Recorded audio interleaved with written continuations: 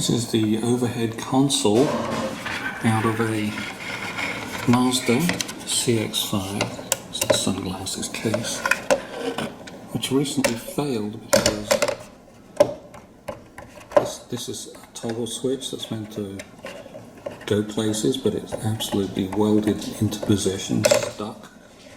And when you look on the inside, you can see the burning here, and yeah, it really doesn't look very good. So I'm going to do a little autopsy on this, just see if I can take it apart. There's a couple of screws down here, each side, and then there appears to be little snap-on pieces right here. Yeah, these pieces right here, it sure looks like I can tweak those outwards and it will come apart, and this whole top piece, this side over here too, this whole thing will come off. Yeah, there are actually two more screws hiding down these holes, so there's 4 screws holding it down, and there are these 4 spring clips each side holding it in. So once I got those off, I could actually take off the top, just right here.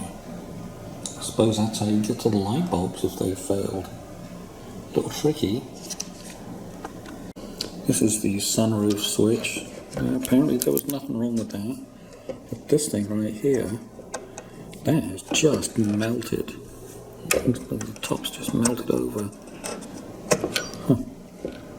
Brilliant. It must have been arcing on these 2 contacts either side. Here's the view inside. You can see where it's melted. The back plate there's a metal plate in the back, on that back side there that I'm looking right at. That is a contact, and then when you flip it around to the other side, there's 2 other contacts, 2 other metal pieces, and that's what that metal inverted piece looks like touching. It has to make contact between all those pieces to pass current through to do various things.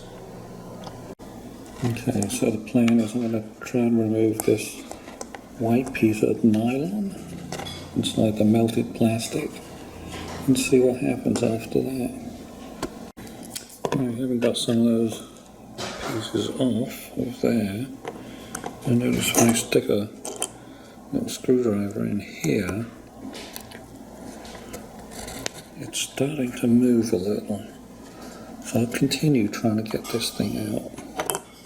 Right, so once I got the white piece out, there's a spring underneath it in that square hole.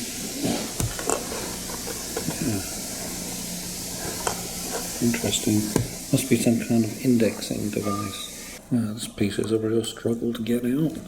It does have a little catch that's just coming into view. So you kind of push down, and you got to get this screwdriver underneath it and lever it around, get it up. And it slowly comes out. So here is that part.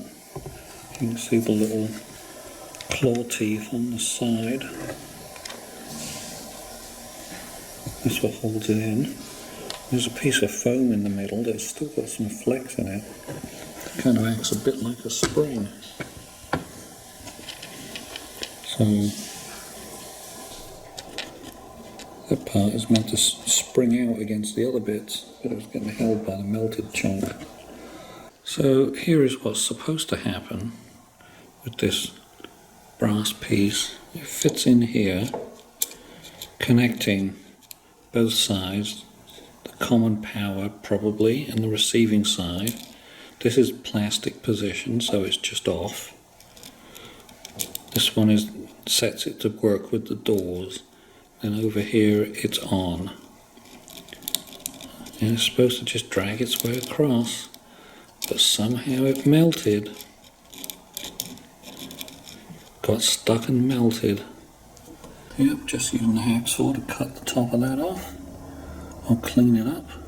We'll see if the brass connector fits in that square hole. Yeah, the contact seems to go fairly easily, so I can't do it one-handed. There we go. Seems to go fairly easily into that. So I'm going to reassemble it and then put this in last, because I put the spring between the contacts here to make sure it pushes outwards properly with enough force to make contact properly. I've put some grease, silicone grease on these slides, so hopefully it won't corrode too badly. I just got to reassemble it. This goes in at the end. Okay, so this is where the switch goes. It just pushes in from the bottom. And notice I don't have it in yet. I'm going to put this piece back on, lock it in place, and then drop this in through that gap. So that's just about ready to push in. And there it is, I've got it tucked in, seems to be connecting to the contacts either side. I'm going to reassemble it now, and it can be used as a spare.